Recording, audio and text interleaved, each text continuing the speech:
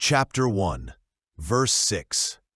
In the previous verse, we saw 6 noble warriors, Drishtaketu, Chekitana, Kashiraja, Purujit, Kuntibhoja, and Shaibya, each symbolizing inner qualities like Yama, Smrti, Viveka, Pratyahara, Asana, and Niyama.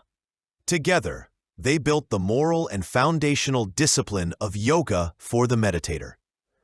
Now, in Shloka 6, Duryodhana continues naming the allies of the Pandavas. These warriors represent even subtler and higher forces of the yogic path that strengthen the devotee's inner battle. Let's first look at the literal meaning of the 6th verse.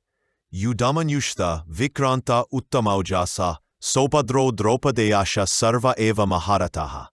That means, Duryodhana said to his guru Dronacharya, and also gathered here are Yudhamanyu the strong, Uttamaujas the blazing, the heroic son of Subhadra, Abhimanyu, and the 5 sons of Draupadi, all mighty leaders riding their chariots with greatness.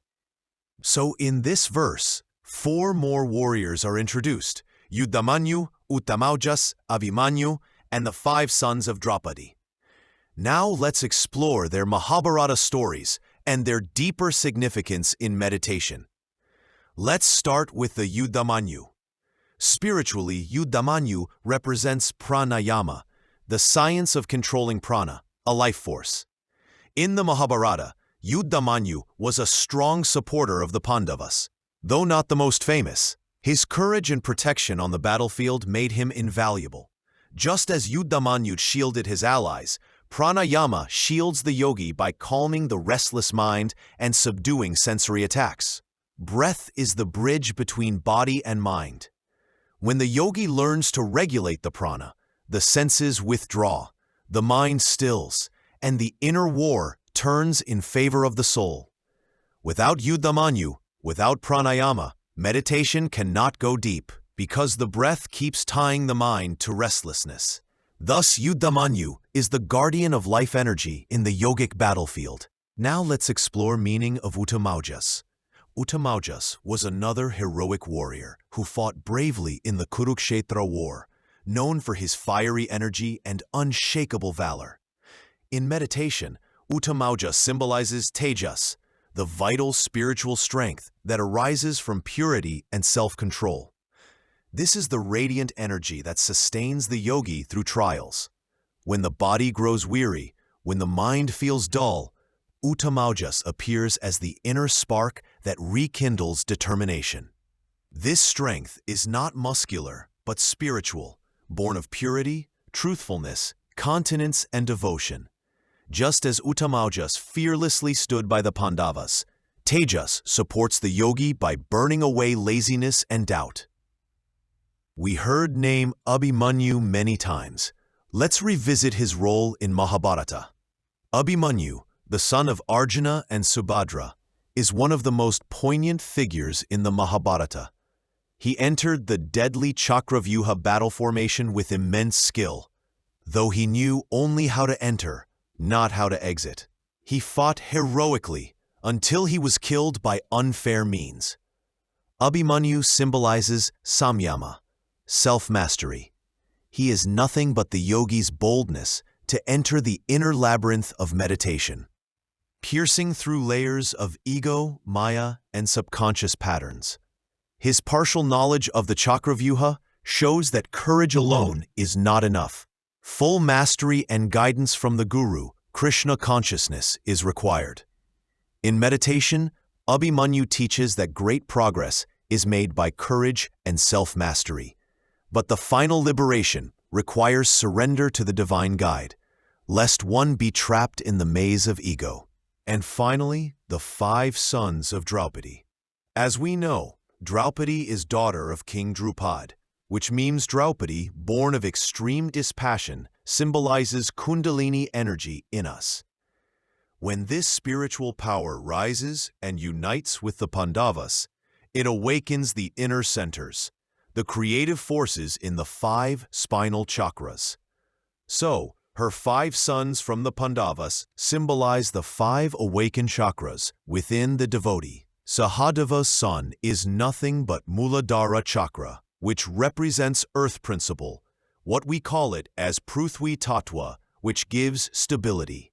Nakula's sun is nothing but Swadhisthana chakra, which represents water principle. What we call it as Jal Tattva, which gives purity. Arjuna's sun is nothing but Manipura chakra, which represents fire principle. What we call it as Agni Tattva, which gives willpower. Bhima's sun is nothing but Anahata chakra, which represents air principle. What we call it as Vayu Tattva, which gives love.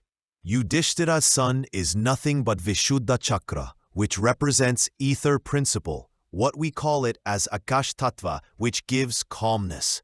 When these 5 chakras are awakened, they act like mighty warriors supporting the yogi. They give grounding, purity, strength, love, and calmness. Together, they protect the devotee's journey toward liberation. Just as Draupadi's sons fought bravely in Kurukshetra, the 5 chakras guard the yogi from distractions and guide him toward the higher centers. The Ajna chakra, what we call it as spiritual eye, and Sahasrara chakra, what we call it as crown chakra.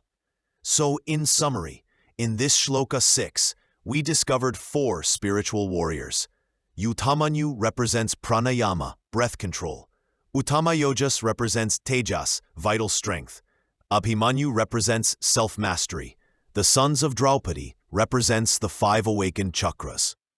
Together with the warriors of Shlokas 4 and 5, they form a complete yogic army. Devotion, samadhi, dispassion, discipline, wisdom, posture, breath control, strength, and awakened centers.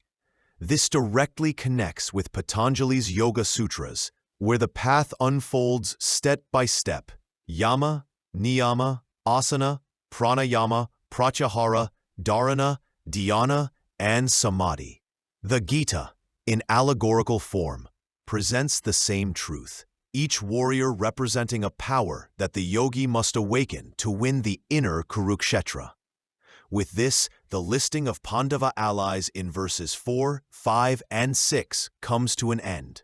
From the next verses, the stage will shift deeper into the battle of consciousness between soul and desire. May these teachings remind you, the war of Kurukshetra is within you, and victory belongs to the soul who perseveres with devotion, discipline, and divine guidance. May the light of the Gita awaken the warrior of wisdom within you until peace reigns in your heart. Thank you.